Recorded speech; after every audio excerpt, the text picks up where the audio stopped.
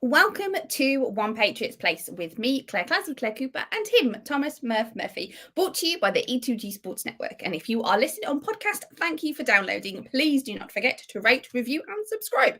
Today we are blessed with the super smart, one half of the Catch-22 phenomenon that is, of 98.5 The Sports Sub, the fantabulous, real Alex Barth. Alex, welcome back to the show. How are things with you? Things are good. Thanks for having me. It's a fun time of year. It's a busy time of year, but it's a fun time of year. It is, It is. bud. It really is. You know, you and I and a select few others live for the underwear Olympics every year, the Under Armour Olympics every year. It was, It was but no bull this year. yeah, it was no Correction. There bull. you Be Yeah, go. correct. sorry. Yeah. All right. Yeah, no Let's get our bull. No, sponsors right, just in yeah, case anyone's no listening bull. and wants to sponsor the show. Only one more year do we have to put up with this happening in Indianapolis, and they can start moving it around to decent places where there's something to do when you're not completely engulfed by everything that's going on. Alex, you did not make the trip down this year. Congratulations. Thank you. Thank you, I guess. I don't know.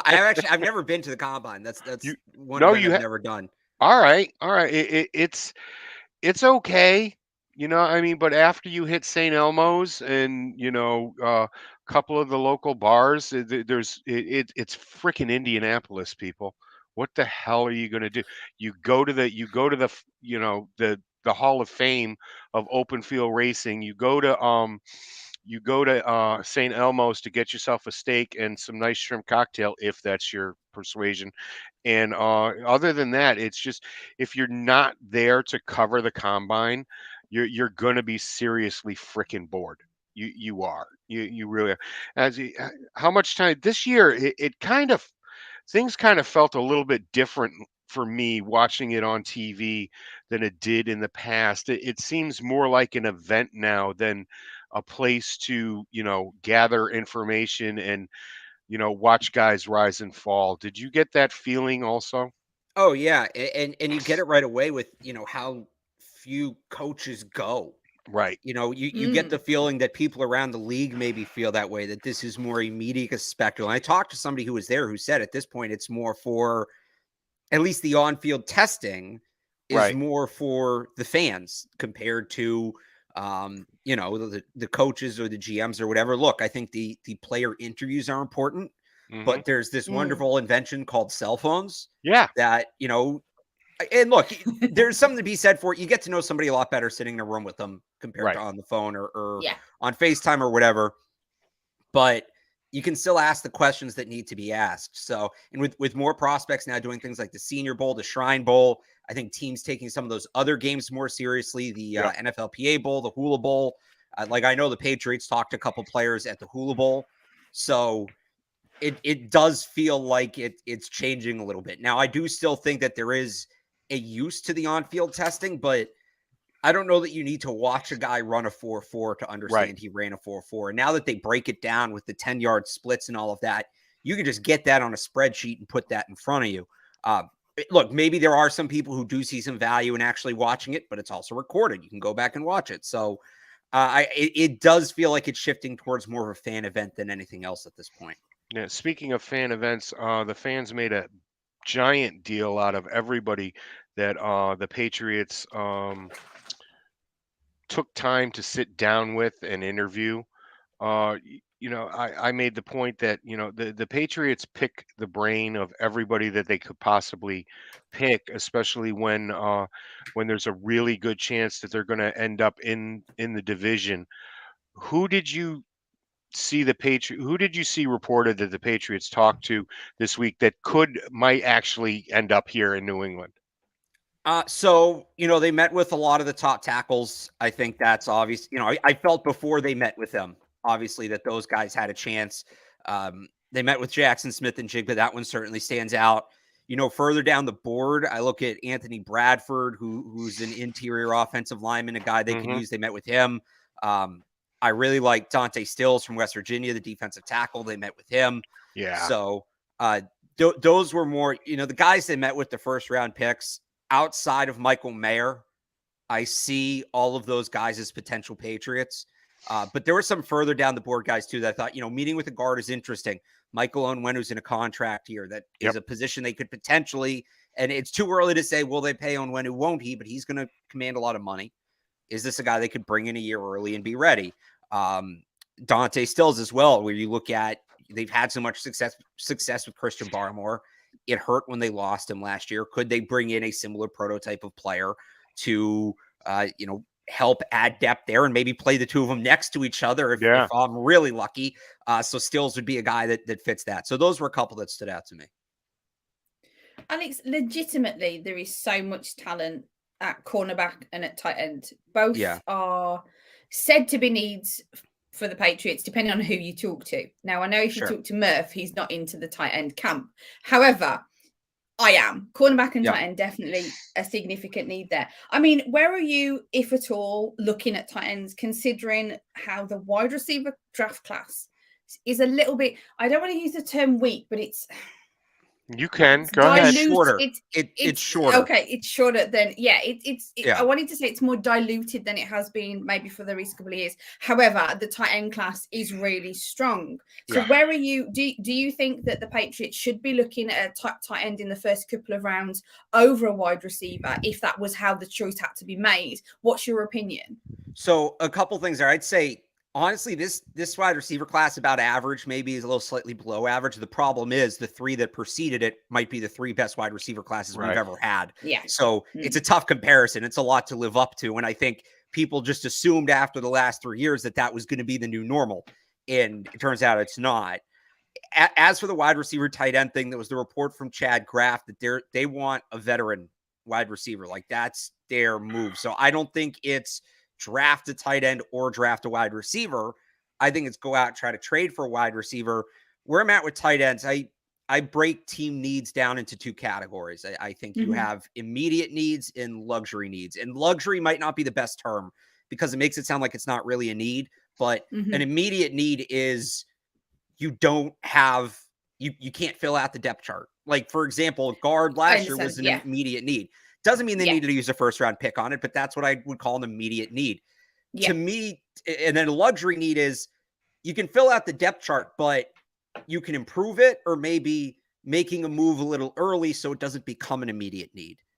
And that's where I put tight end. I think it's their top luxury need. I think you can get by with Hunter Henry this year. I think he gets knocked more than he deserves because he's lumped in with Jonnu Smith because those two contracts were signed together. So the overall thing is seen as a failure. I don't know that Hunter Henry's totally lived up to his contract, but it's like a 50 catch, 500-yard guy. That's not bad. For a tight end, that's about average. Like, again, you can get by with him, but he is in the last year of his contract. I don't think they need to go and get a tight end high.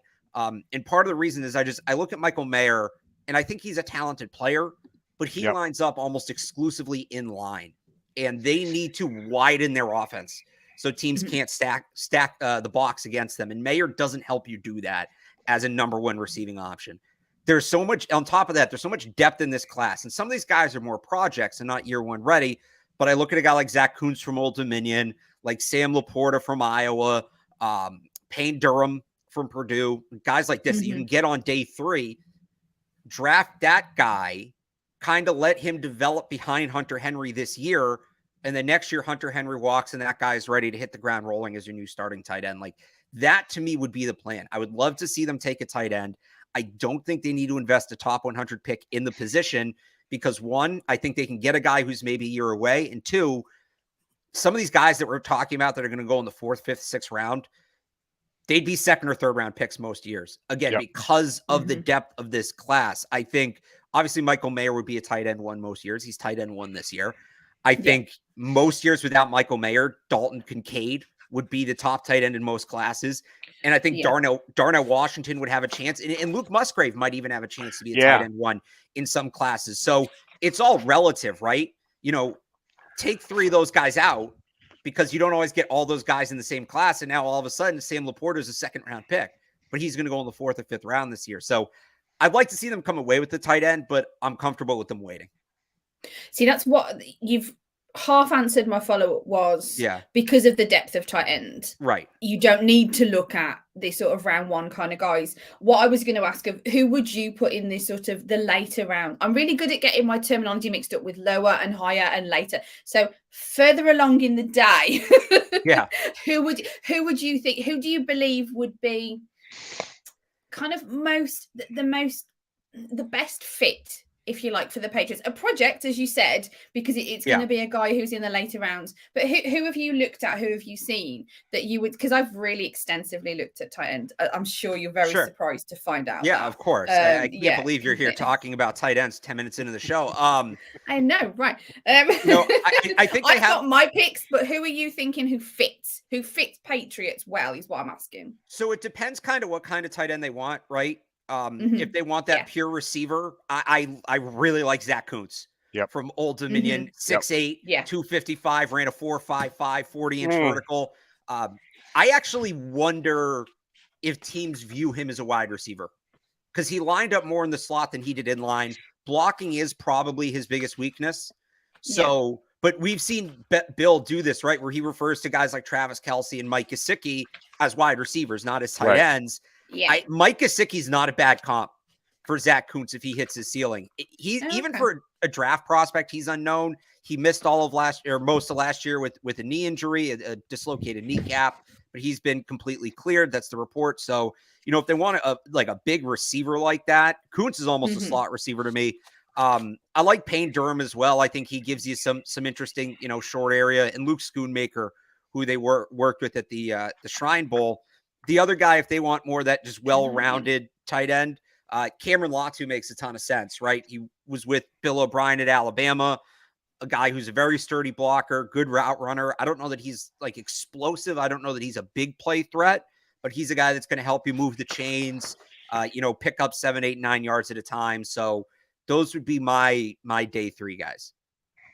Look, we've got no overlapping. That's great, Murph. Okay, well, wait, who do you have then?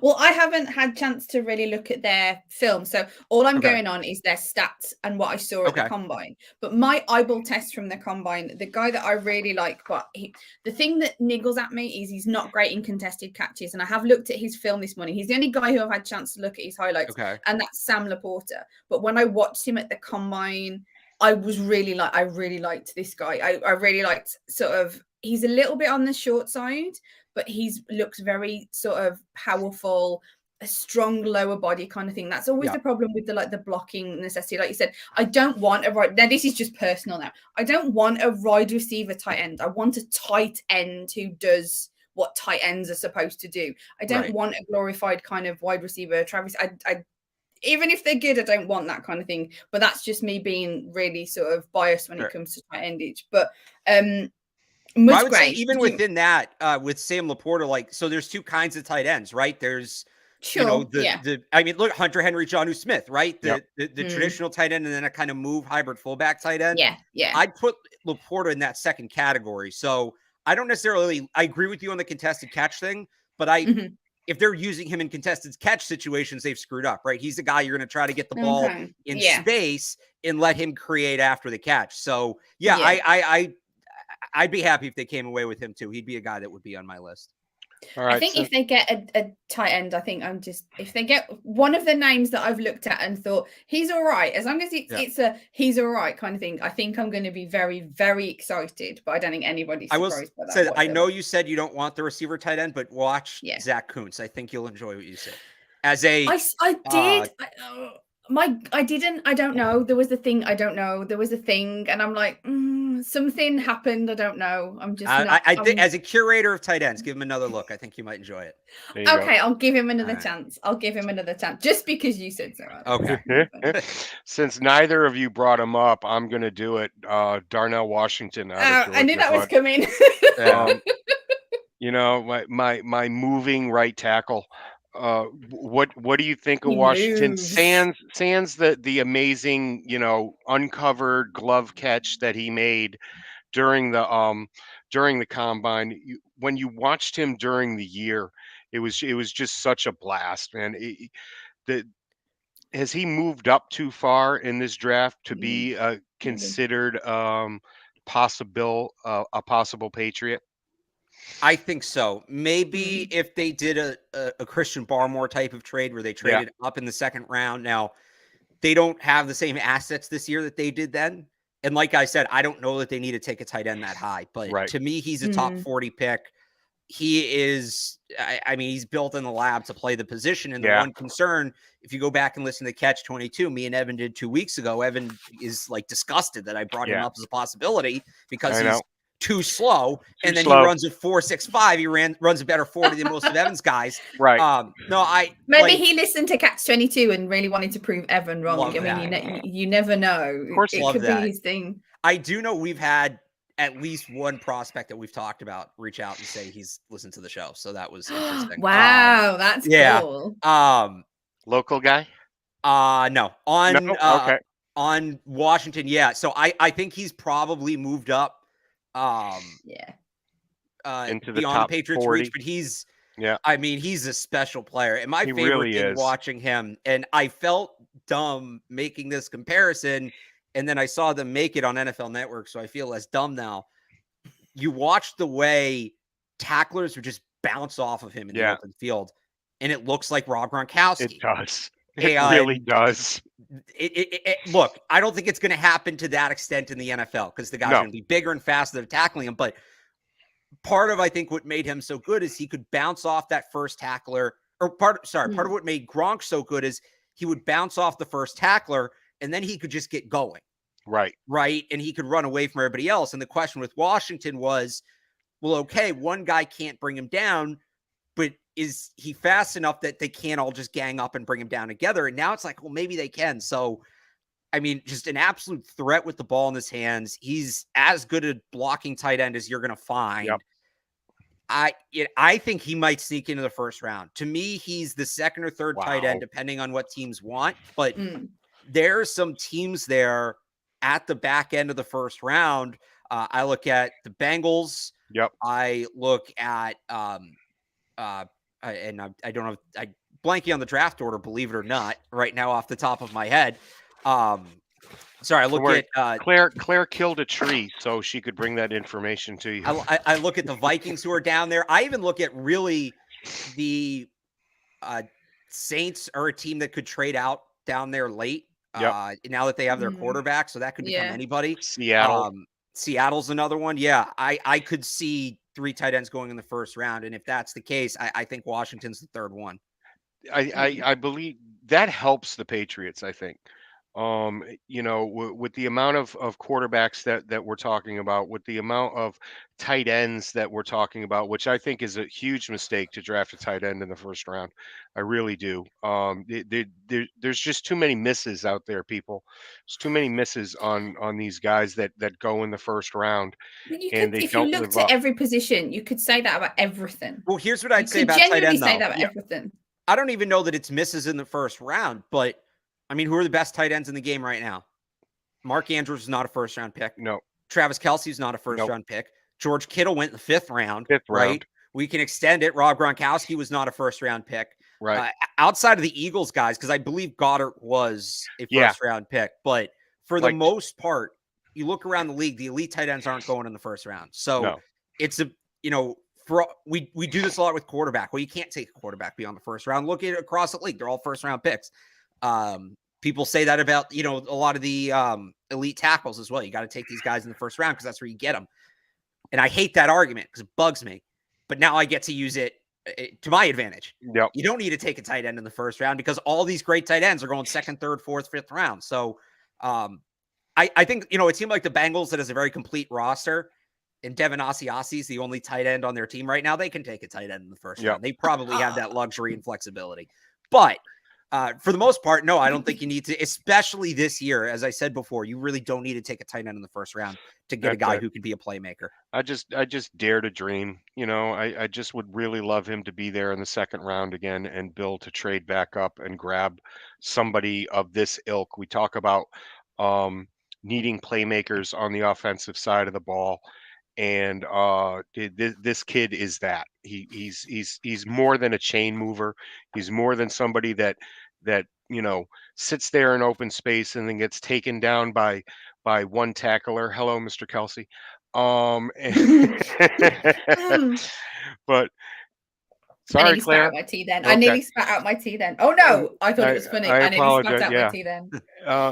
But this is, what the Patriots do need right now is an offensive tackle or two and a cornerback or two, to add to this depth here in New England. Who would be the cornerback that you take at 14? And who would be the offensive tackle that you would take at 14? And we'll get into the entire duality of your opinion and mine of Peter Skronsky and his tiny little arms. Yeah, well, so I think some of it, of course, depends who's on the board, right? If all the corners fall, I'm taking Christian Gonzalez. Yep. It just everything he did at the combine looked so natural. Wow. And it's just, I don't mean this to say that I don't think he was trying, but like it looks effortless. It looks He's effortless. gliding. He looks It like does. he's on skates, right? So Yep. now that being said, a guy like that probably isn't making it to 14. I think him and Joey Porter probably off the board. Devin Witherspoon, maybe. I think they have a shot at Witherspoon. If he's on the board, I'd take him. If not, I was really impressed by Deonte Banks from Maryland and Darius Russ from South Carolina. Yep. Those are two guys I like. But again, corner is one of those positions where there are going to be guys who go in the third round. I think people know at this point how much I like Julius Brents. Yep. Julius Brents isn't going to go in the top 50. Julius Brents in some drafts would be a top 15 pick. Yep. So I'm not pushing. I'm not going to be upset if they take corner at 14, but I think they can get the caliber of player they need. Not taking a corner in the second or third round, right? Sorry, go ahead. Is it wrong of me? Is it terrible of me to want Porter just because it would piss his old man off as much as it would? No, it's like when James Harrison came here, right? We got to point and laugh at the Steelers fans. So I actually thought he gave a great answer when he was asked about that as well. Like I was really impressed. And then obviously he had a good combine too. I just don't think he's going to be on the board. Like I didn't hear his comment. Did you remember it off the top he was of your like, head? Yeah, I think ultimately my dad would be happy that I'm in a place that would help me succeed. And it's a good scheme and a good coach, and I'd be a fit. And I'm paraphrasing there, but it's basically that. Gotcha. So it's a really good answer. My dad wants me to be successful first and foremost. I think go. that's a really mature way to answer that question. I don't think Claire knows the backstory on this. Do you want to tell her? Yeah, Joey Porter's dad played for the Steelers and Dolphins for years, and he is very openly bashed the Patriots and Bill Belichick, saying he does not respect them. He will never respect them. So maybe that changes. Yeah. Maybe that becomes a fun story. But I've had him as my cornerback one in this class since. So I thought he was going to come out last year. I saw him in the opener in 2021. Break up a pass on third down against, I forget who it was, but it was a receiver who went in the top 100. And then on the next play, just deliver a devastating block to set up a massive punt return. And I'm like, yep, Patriot. Yep. I didn't know he was Joey Porter's son at that time, but I was like, oh, big guy, long arms, plays on teams, Patriot. So we'll see what happens there again. I think they can probably wait. It tackled to me, like, what do you want? Right. I look at Broderick Jones and Paris Johnson, and I think they've established themselves as the top two left tackles. I think they both have high floors. I think they both have high ceilings. I think Paris Johnson probably has a little bit higher floor. And I think Broderick Jones probably has a little bit higher ceiling. And do you want the big mauling tackle? And it's not to say he's not athletic, but Paris Johnson, guys aren't going to go through him. They're not going to go around him a lot, but they're not going to go through him. Broderick Jones, guys are never going to go around him because he's more athletic. It might go through him occasionally, mostly not. But, I like Broderick Jones because I know we talk about when you draft like a wide receiver or a tight end or a running back or even like a corner or a safety, like they can have a lot of fun with that guy, right? We talk about that. They can scheme things up for him. They can get really creative with him. We don't really talk that way at tackle or on the offensive line. People don't think that way. But you watch how Georgia used Broderick Jones in some of their run designs.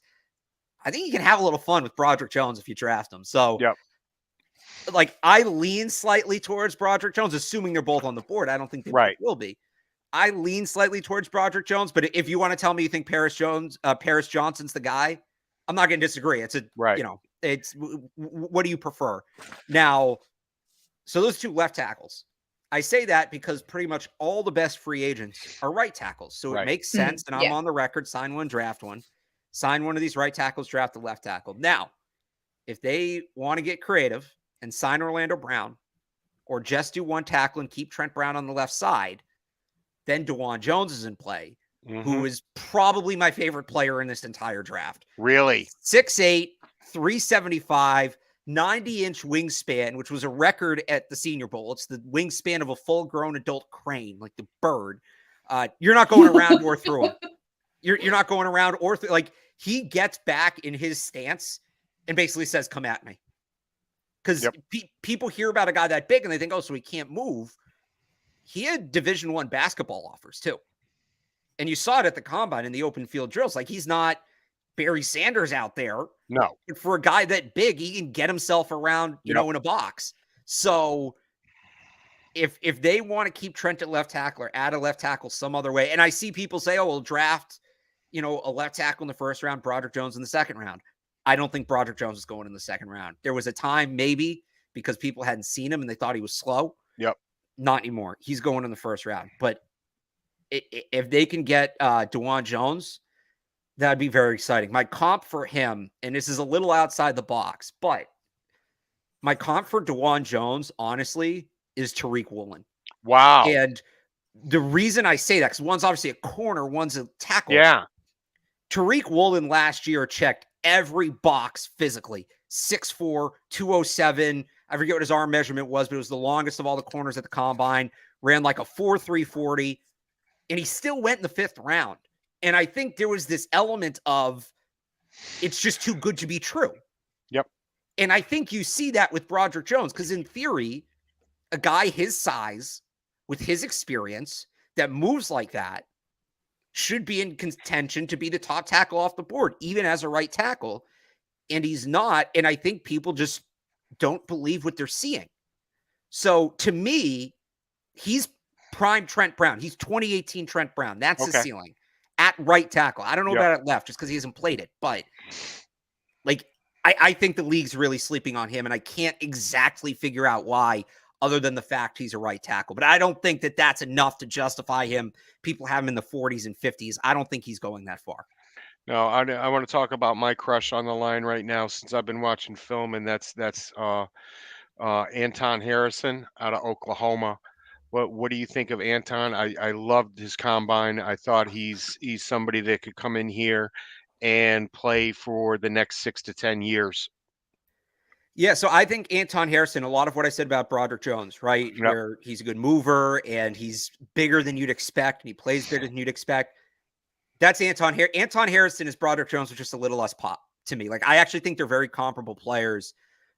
My thing about Anton Harrison is, and there's always guys like this in every draft, I don't know that he's like great at any one thing, but he's not bad at anything. Right. He's just good across the board. Right. The Patriots love those guys. So just mistake free. He's not gonna jump off the freaking page at you for anybody or, you know, for any scouts, but he's just mistake free. He brings his lunch pail to work every freaking day and goes out and you know, at the end of the year, you're just, wow, you didn't miss a day of work.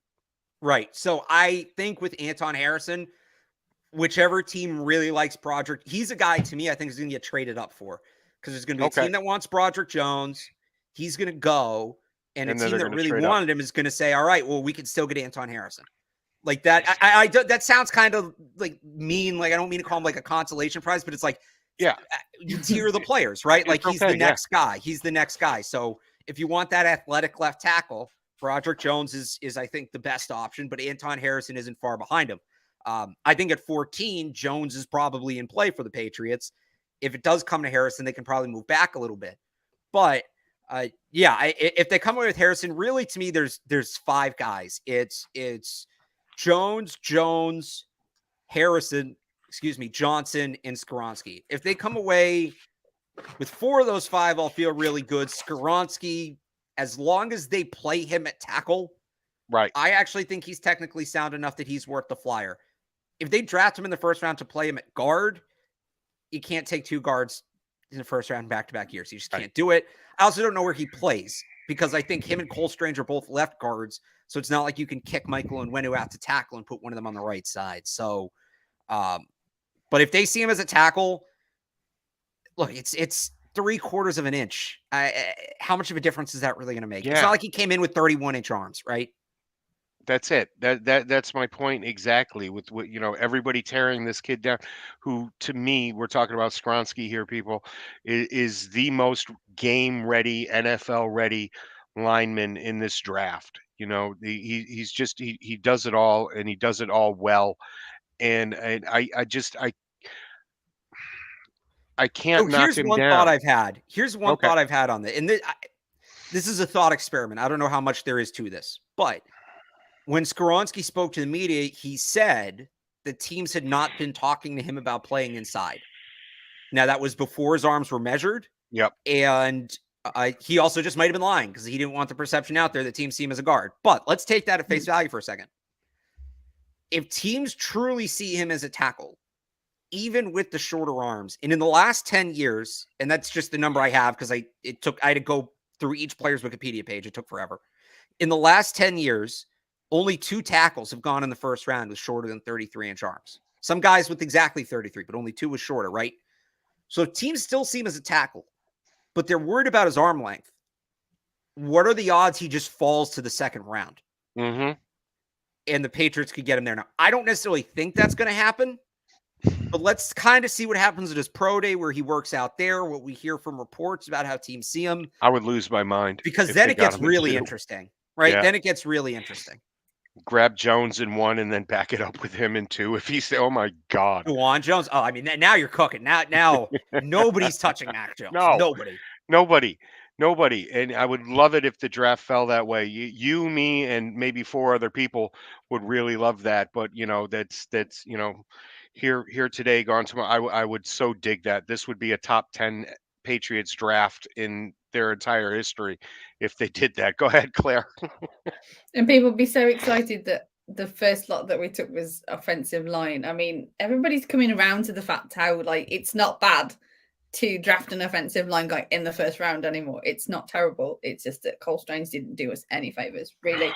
Alex, linebackers isn't really, it's one of those sneaky needs. There's too much depth at places that the Patriots, as you said, really need over the luxury sort of needs as you branded it. But I mean, are there any linebackers that the Patriots might take a flyer on a much later in the draft kind of thing? Because they're not picking up the guy that I really want because he's going to go too high. And as unfortunate as that is, who is that? What are we looking at? Oh no, I've blanked on his name. What was Jack Campbell, Trenton Simpson? No, he's really good. Noah Sewell? Sanders. Drew Sanders. Okay, yeah, thank you. Good. I'm looking at a list of names here thinking, where is it? Oh, yeah, he looked really good at the combine. And I was like, I didn't even want to watch linebackers. And I ended up watching linebackers because my friend was like, you have to see Jack Campbell. He's great because he's a massive linebacker guy. Yeah. And he's like, just watch Jack Campbell. Just watch him. And I was like, okay. I wasn't going to watch the linebackers, but I will. And I basically watched all of the linebacker stuff, which really annoyed myself anyway. And I came away from it just wanting Sanders so much. And it's like, I didn't even want a linebacker. Linebacker was in my rearview mirror. But are we looking at linebacker this year, if you like, for the Patriots? Or is it just too much kind of other stuff that they need? Too much depth, too much quality at other positions, as you were talking about, like double dipping at tackle and things like this? Is there just too much quality there to kind of go down the linebacker route at all? Well, look, they have 11 picks. So I don't think those two things are mutually exclusive, right? I think they could, you can't double dip at everything, but I think they have room to pick a linebacker. I do, especially at middle linebacker and Mike linebacker off the ball.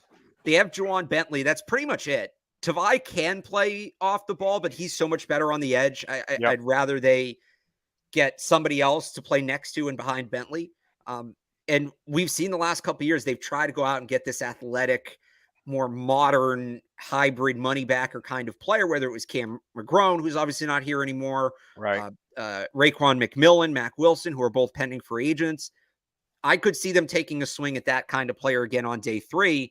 Now, I'm bummed. The 2 guys I liked, Henry To'o from Alabama and DeMarvion Overshown from Texas, both struggled at the combine. And those are guys who I thought We're going to hinge their traits on athleticism.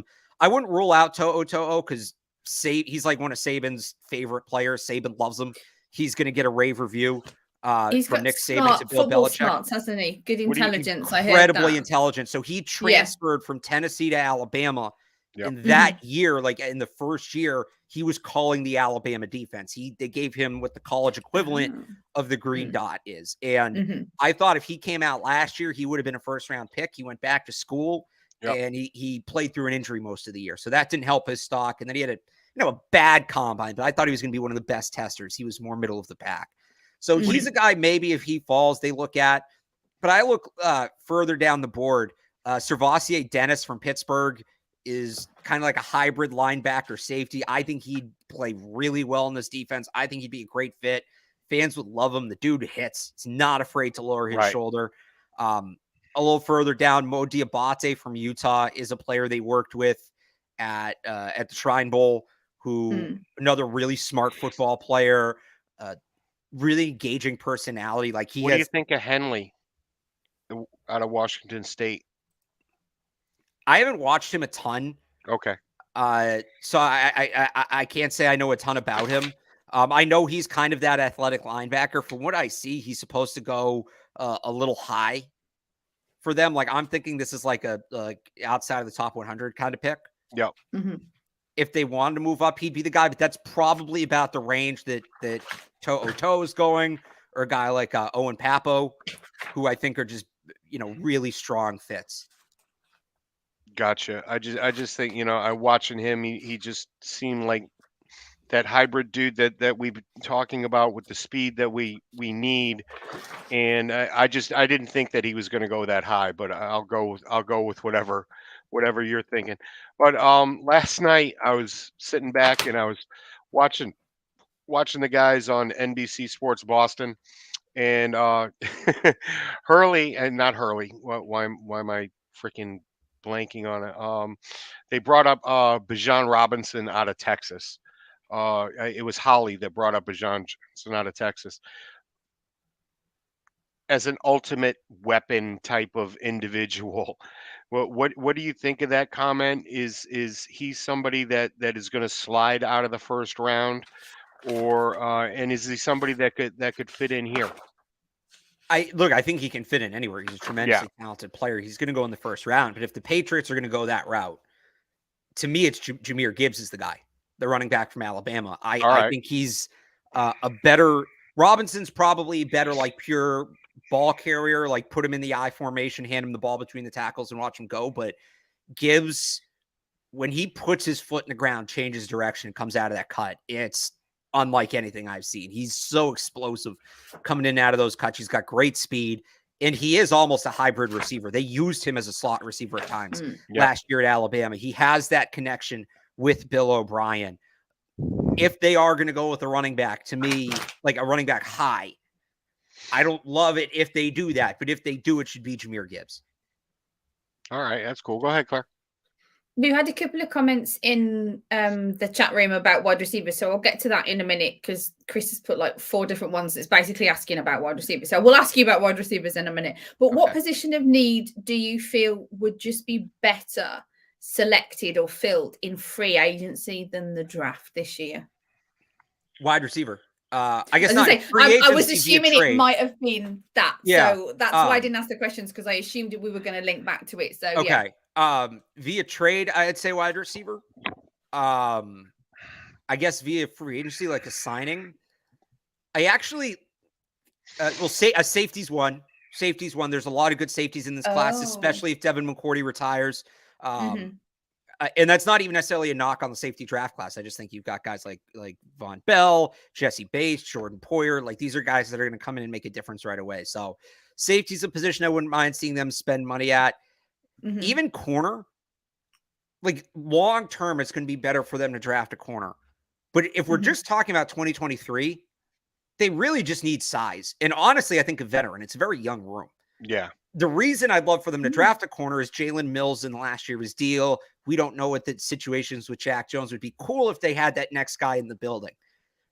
But I don't know that they need that right now. Like I look at a guy like James Bradbury, who's a free agent, right? 6'1", just went to the Super Bowl. He's got that winning mentality, all that. You bring him in, you add James Bradbury to this room as it is. It's not a bad room. It's not like it's not Gilmore and JC Jackson and Jason McCourty, but it's not a bad room. So I'd still like for them to take a corner, but they could now go much later with the more project player because I think you have the guys you need for 2023. Am I wrong in thinking, or right in thinking, whichever, JC could be available? Have I heard something? Yeah, I think it's probably going to be one more year. I would imagine the Chargers aren't loving that contract right now. And look, we also don't know. He had a pretty significant injury. We don't know how healthy he is. But, I mean, watching him last year before he got hurt, I think I definitely wasn't alone in thinking, hey, he's coming back here at some point, right? He's going to come back here because he works here. Got to see if he's healthy. And I think with that kind of investment, the Chargers give it another go with him, assuming he is healthy before they ultimately cut bait. So it's not a bad thought. I think we kind of put that aside until this time next year, and it becomes a much more real conversation. But if the Chargers do want to give up on him, if they're willing to eat the money, he would not be a bad option for the Patriots to explore. What are the what are the odds that Jones comes back while we're on this subject? Sorry, Claire. See, it's so tough to read. Him and Jacoby, it's almost the same thing where they're both. Jacoby is the best player at his position available. John Jones is up there. He's top 5. Yep. And normally, like wide receiver, corner, they just go get paid. Those guys don't go back where they came from. But they both play such specialized roles in their position, and it skews it, right? Because normally the number one receiver on the market, you're talking 18 to 20 million, but I think teams just see Jacoby as a chain mover, as a slot receiver, so that number comes down. If John Jones truly was a boundary corner coming off that season, you're talking about a massive contract. But I think even though he played on the boundary in New England last year at 5'10", teams are still going to see him as a slot corner, and that's going to decrease his value. So I think ultimately they know they need to get bigger at corner, and John Jones goes elsewhere. Right. Because they need the they need the money, they need the raw spot, they need the depth chart spot. Right. Because if you bring John Jones back, you still have to add size at corner. Now you have John Jones, Marcus Jones, Jalen Mills, Jack Jones, new bigger corner. That's 5 guys. You can't play all of them. Yeah, but Marcus just moves over to be your slot receiver. So he said, I hear this all the time. I don't think he wants to do that. Like I would let people know he wants. It's not to say he won't do the gadget stuff and the individual packages. He wants to be a corner, and I think it's smart for the team to respect that. I think it makes a lot of sense for the team to respect that. And you have kind of the same thing on offense where you have Devontae Parker who's going to play. You need to play Tyquan Thornton and see what you have in him. You got to play Kendrick Bourne. You can't do another year keeping. Can't Kendrick do Bourne another year with Kendrick Bourne on the bench. I know. And then you also, it sounds like they want to add a true number 1. They want to add a guy on the top of that depth chart. So there's 4 receivers that you need to play. And then you're going to add Jacoby to that. Look, there's nothing wrong with having good football players, and maybe they explore trading a guy like Parker. They could open up some cap space. But now the room's getting really crowded again. And can you use that $15 million better elsewhere? Right? So it's a tough read. I feel better about Jacoby coming back than I do about Jonathan Jones, but it's really tough to read both situations. Like we knew more or less last year that JC Jackson was gone, right? We you saw that because he was a top boundary corner and the Patriots didn't have a ton of cap space and he was going to get paid. Like we just knew that's how that was going to work. It's a lot cloudier this time around. So it's really tough to tell. And he was very vocal as well. He appeared to be a bit too vocal about being paid and stuff like that. And we all know that as soon as a guy starts kind of giving it the I'm going to get paid situation, he's really ticked his box from Bill Belichick to be kind of leaving elsewhere sort of thing. As soon as you start taking private jets to visit people, it's pretty much over. Alex, I ask everybody this time of year that when we get people on, I have to ask them because I'm so interested in this. And it's just become something that I just enjoy asking everybody. So I want to know, Alex Barth, who is your overall draft crush and your draft crush to the Patriots? That's tough. I mean, it's a couple. It's first round, DeJuan Jones. Day 2, Julius Brents. Day 3, Zach Kuntz. It's probably that. For the Patriots, though, it's Broderick Jones or Paris Johnson. I want to see them get the franchise left tackle. Yep. I think that would be such a home run. I love how when I ask this question, there is then a negotiation of how many you get and stuff.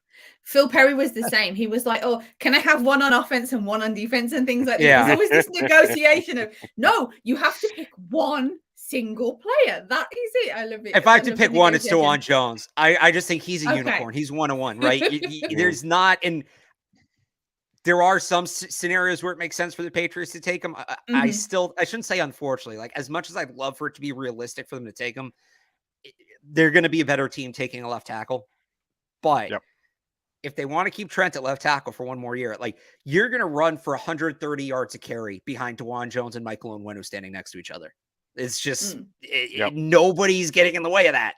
Nope. So there's he's a seed of realism in your kind of thing. There's a seed of realism. It's not like out there they don't need like at all. Like you really, really want a quarterback, for example, because there's probably very little chance of that this year. Probably. So Anthony Richardson's pretty fun, but no, it's DeJuan. And look, it's a theme. Last year was Tariq Woolen, right? Again, who was just this.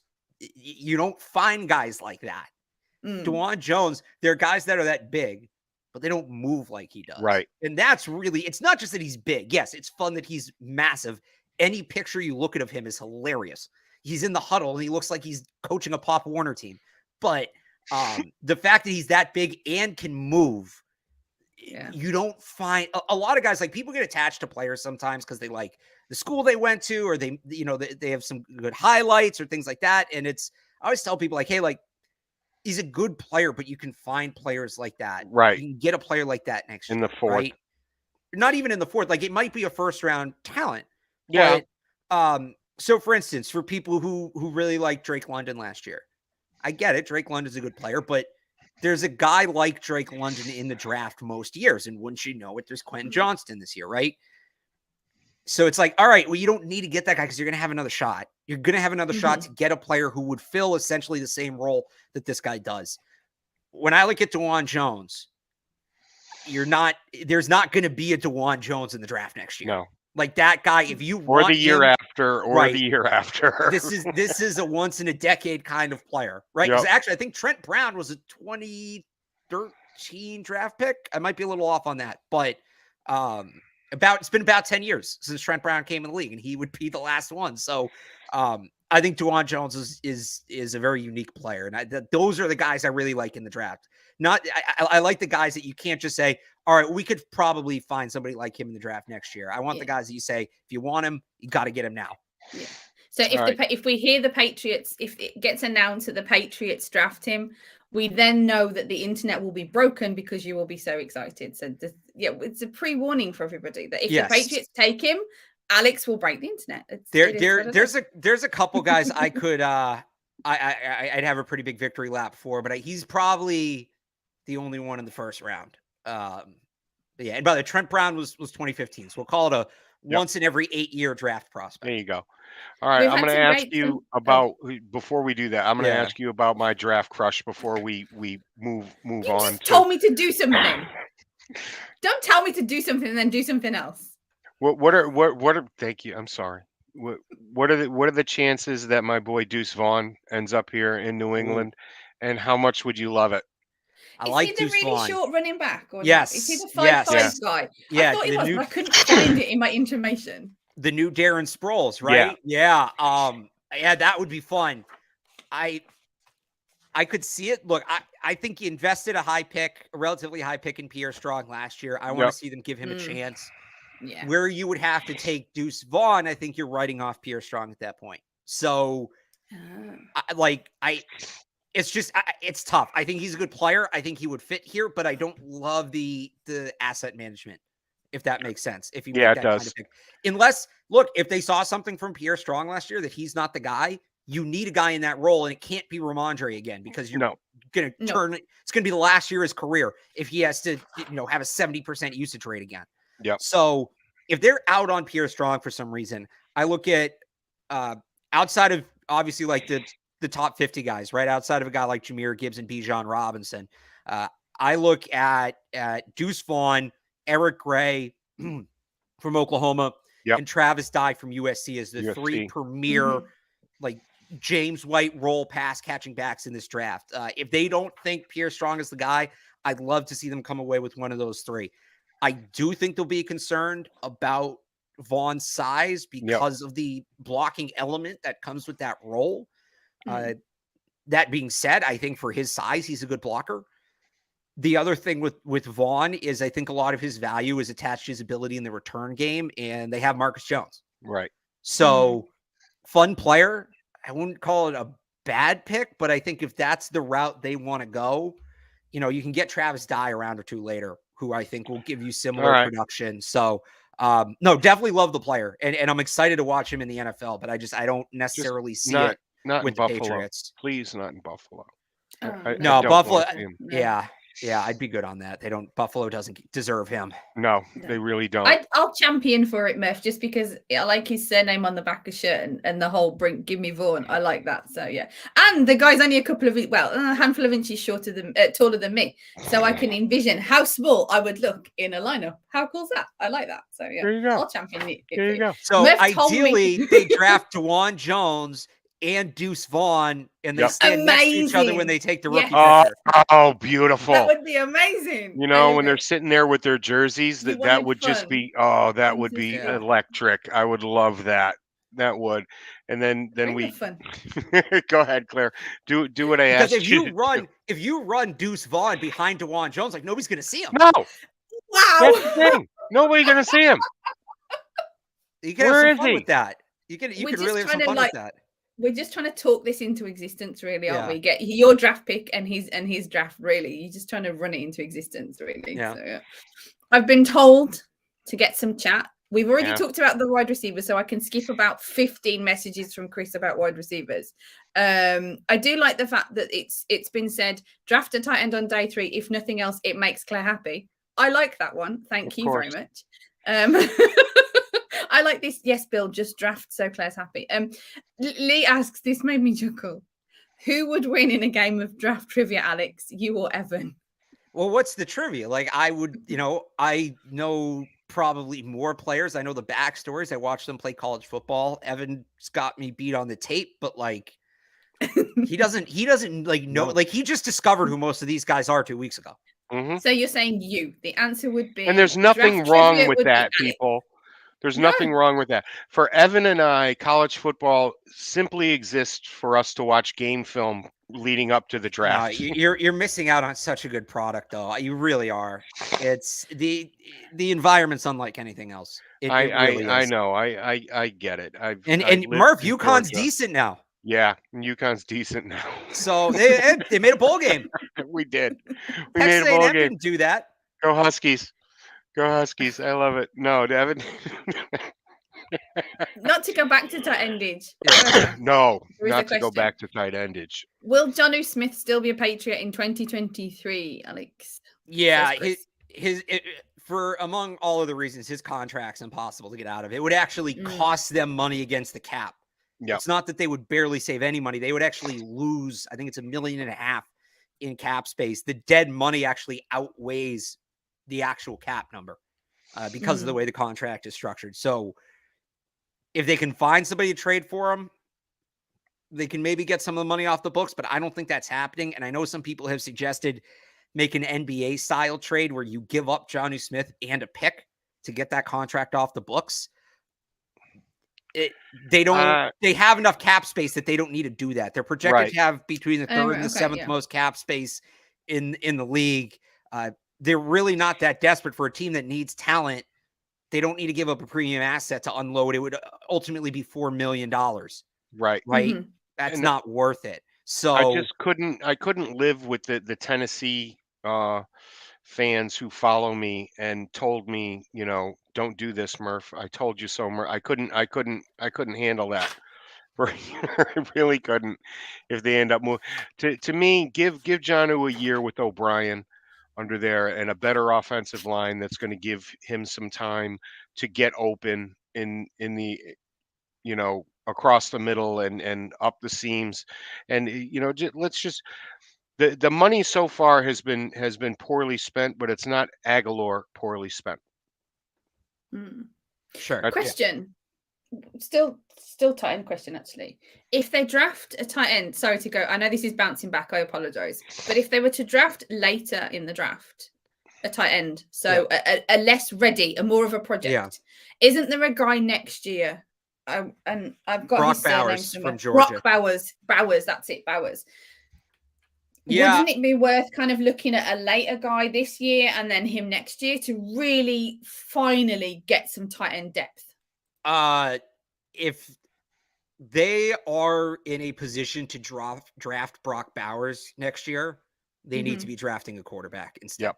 Like they could move up for him. They could. It doesn't necessarily. They could move up. If they're, Shut up, Murph. I'm not talking to you. He's going to go top 10. If they're if they're moving up that high, they have better the take a assets to move up quarterback that high. They didn't make the playoffs. Right. He's going to be a top 10, maybe a top 5 pick. So he's the way everybody's talking about Michael Mayer. Look, Michael Mayer's a good player, but I kind of said is kind of what I said. Bowers came out now, he would be a first-round pick. He would be the top tight end in this class. And if, like Mayer's not a debate. Like nobody's really pushing Mayer out of that top tight end spot. Bauer would be number 1 and nobody would be pushing him. Right. Like he's like I said before, Mayer's really good, but you're going to be able to find Michael Mayer. You're going to be able to find that kind of guy in most classes. You're going to have to pick him high, but he's going to be there. Yeah. Brock Bowers is one of these one-of-one guys. Right. Yeah, Mayer's got some downside to him. He's a really good tight end, but he has got some downside. I don't know why Bowers is even going back to school. I think because he's a sophomore. He's not eligible. Oh, is he? Oh, okay. I'm sorry. So if he's a baby and you'll break him. If he comes out next year, he'd come out after 3 years. He'd come out as a true junior. I will say though, if you want to look to next year, I like Ohio State's tight end Cade Stover. He's going to probably be the second or third tight end on the board, and that would be the guy. If that's the plan you want the Patriots to do, go with the project this year and then draft a guy next year. Cade Stover from Ohio State. Cade Stover, Cade. Everybody hold on while Claire gets out the tattoo pen and puts that on a part of her body. Post-it note. Calm down. Don't make me call HR. And by the way, he's also played linebacker. Right. Who could be on the board at 14 that Patriots Nation would lose their mind if the Patriots did not take? So like who might the Patriots pass on? Yeah. You're saying like at 14? That the masses would love to see in a Patriot uniform. It's got to be that cornerback, hasn't it? It's got to be. So I think the kind of big answer here is Jalen Carter. I know I've had a lot of people ask me about, would I take him if he falls to 14?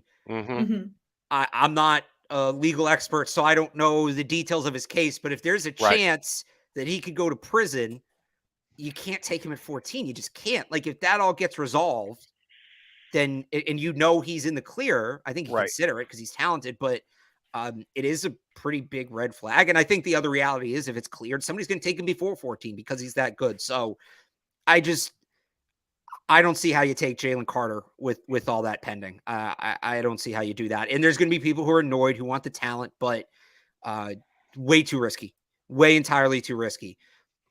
Tyree Wilson's another guy. I think people are going to get all hot and bothered because he's going in the top 10 in most mocks. I don't see it. No, I think some other people don't see it. Yep. So if you go beyond the mocks, there's a reason he might fall. Will Levis is another one. They don't need Will Levis. His touchdown interception ratio is less than 2-1. He doesn't necessarily give you a better option than Mac Jones. I wouldn't be upset if they passed on Will Levis, but I could see people being annoyed. And the other one would probably be Quentin Johnston. All right. I could see people annoyed if they pass on him, but they need a slot receiver. Like I'd be more annoyed. And I don't think I've said this. This is a down year for receivers. I don't think they need to take a receiver in the first round. I'd much rather, with their history of developing wide receivers, I'd rather see them go get a veteran. But if they are going to take a wide receiver, I would much rather have Zay Flowers or Jackson Smith and Jigba than I would Quentin Johnston. And that's not, I wouldn't necessarily rank them that way. I think there are other teams that should take Johnston if they have the choice of any of the three. But again, Bill O'Brien offense runs through the slot. Go get a guy who can play in that role. Johnston is purely an X. I just don't think he's as much of a fit here.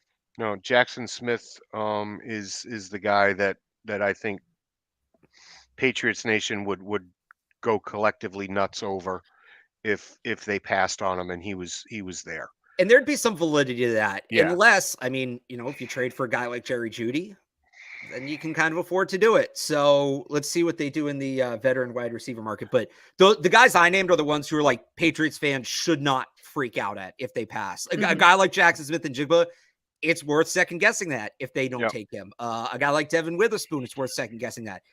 Any of the tackles they pass on, it's worth second guessing to me. But those are the guys I would say that are projected top 10, might not go top 10, that I think there's reasons they're not going that high that people may not see initially.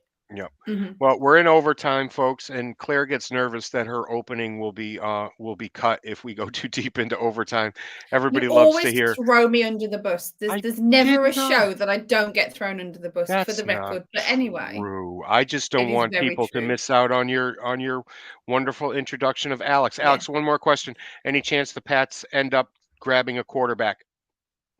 I could see late. I think Dorian Thompson-Robinson's a guy that worked at the Shrine Bowl they really like. They could grab him late on day 3 or as a UDFA. We know Bill has this fascination with getting a Taysom Hill kind of player. He's never done it. But I look at Holton Ahlers from East Carolina, and they're not drafting him. He's going undrafted. But a guy like that, Max Duggan's interesting to me. The one guy I really hope they don't draft is Stetson Bennett. I have no interest in that. He's old. He's small. I get it. He won. He won 2 titles. I need to know now because I don't know that name. How old and how small? He's 25. He's 25. He's like 6'1", but he's 6'1". He's older than Mac. He's older than Lamar Jackson. Yeah. And like, I don't. The arrest bothers me. Getting arrested like that, going into the Senior Bowl.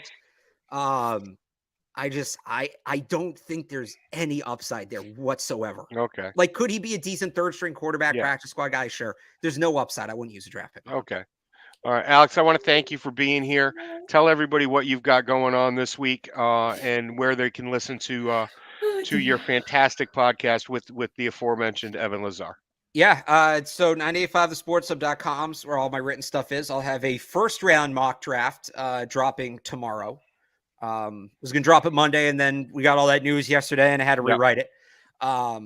Catch 22 podcast on Patriots.com every Thursday, 2:00 on Patriots.com and the Patriots YouTube channel. And I also have instant reactions to the combine. I did the Sunday football show with Matt Dolph on the Sports Hub on Sunday. So that's all podcasted on the 985thesportshub.com website.